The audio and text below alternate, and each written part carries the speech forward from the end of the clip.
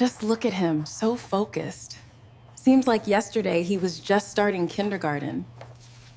My name is Malik. I grew up on the south side of Chicago. Not the picture people paint when they don't know what they're talking about. My parents, both African American, both working long hours, both believing discipline and love could outweigh gunshots and police sirens. Inside that house, we were safe. At least that's what they wanted me to believe. But you can't ignore reality when you hear bullets flying past your window while you're trying to finish a math worksheet. My big brother, Darius, he didn't always listen like I did. He was smart, just angry at a system that never played fair with us. And even back then, I wondered why things in our neighborhoods always seemed to go wrong, and why help always showed up too slow, or never. I told myself I'd stay focused, be the one who made it out clean. But even as a kid, I could feel something wasn't right with the way this city worked, almost like someone wanted it to stay broken. Losing Darius changed everything. One minute he was just my stubborn big brother, the one who always told me to keep my head on straight, even when he wouldn't. The next minute, I was staring at a folded flag and listening to people talk like he was just another statistic in the city. They said he was in the wrong place at the wrong time, caught in a crossfire, like hundreds of other black men every year. But the way it all happened, how fast the case went cold, how nobody seemed to care enough to push for answers, that stuck with me. I told myself the best way to honor him was to do the opposite of what the streets expected. Go to school, serve my country, build a family, and maybe keep someone else from ending up like Darius. All right, pay attention to the tactical flowchart on the wall. We move as a unit, synchronized and disciplined. Keep that formation tight. After college and 2 years in the National Guard, I thought doors would open for me. A degree, discipline, a clean record. I checked every box they said would guarantee success. But job after job turned me down, like all the hard work I put in wasn't enough. Meanwhile, I had a wife depending on me, a baby on the way. I needed something real, a career with a steady paycheck, benefits, health insurance.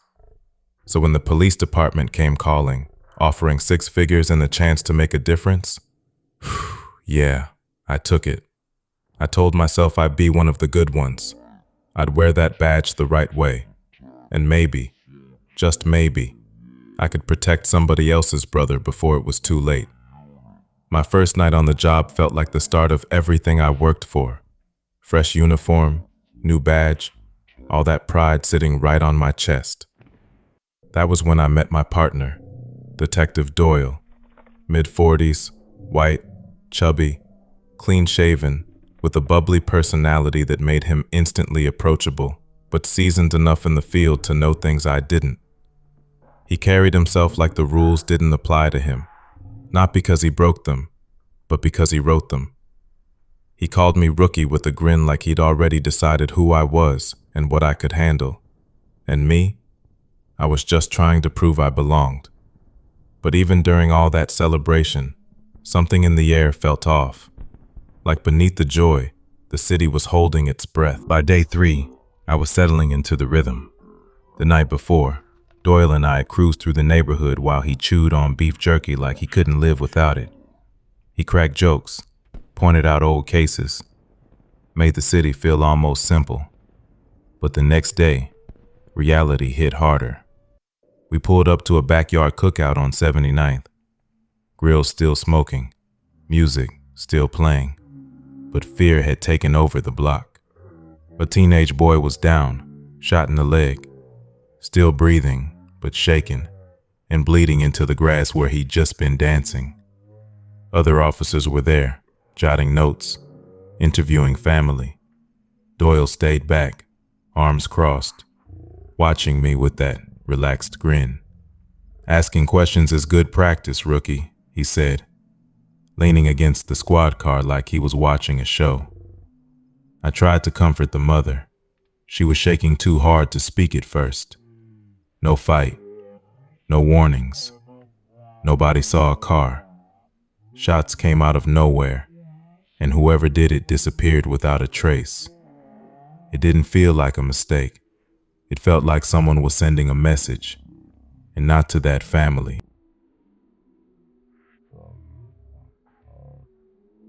The nights kept getting louder. Fireworks. Or maybe not fireworks. Every time something exploded in the distance, my shoulders jumped before my brain could catch up. Doyle drove us through a narrow alley. Garbage cans tipped over. Stray dog digging for scraps. He joked about it smelling like his ex's cooking. I laughed, but my eyes stayed busy. That's when I saw it. A patrol unit tucked behind a dumpster. Driver's door dented in hard. Headlights shattered. Side mirror dangling by wires. I slid out of the car and approached slowly. Doyle stayed behind, leaning against our patrol car, chewing beef jerky like nothing was wrong. Another officer stood beside the damaged vehicle, shaking his head, clearly rattled. "Everything good?" I asked. He nodded, too quickly.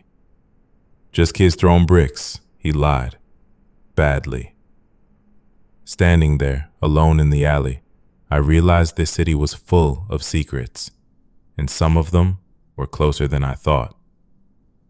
Doyle didn't seem worried at all, but that calm felt wrong. By the middle of the week, the city was tired. People lit candles, laid flowers, and whispered prayers at the street memorial for someone who had already been murdered. When I arrived, the scene was chaotic in a different way. The shots had already been fired. Masked men had torn through the crowd earlier, leaving panic, overturned chairs, and scorched grass in their wake.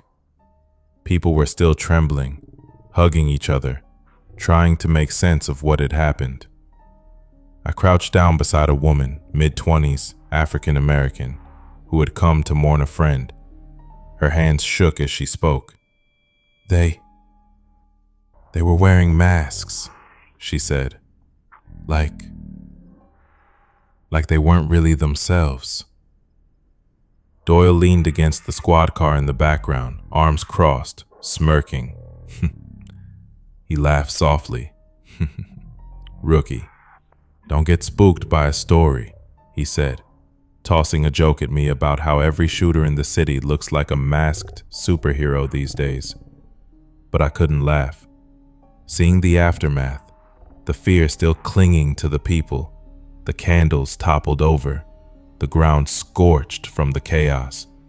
It hit me harder than anything before. It didn't make sense. It shouldn't make sense. And Doyle's casual smirk, his laughter, made it worse. Something about this city and these people was broken in ways I couldn't ignore. He just looked off. His skin was pale, almost gray. All right, take your time. What else did you see? Doyle told me to take the car by myself that night. "Go get a feel for the city, rookie," he said, leaning back like he didn't have a care in the world. I nodded, sliding behind the wheel, trying to ignore the gnawing feeling in my gut. 30 minutes into patrol, the radio went dead. Static, then silence. I tried every channel, every unit.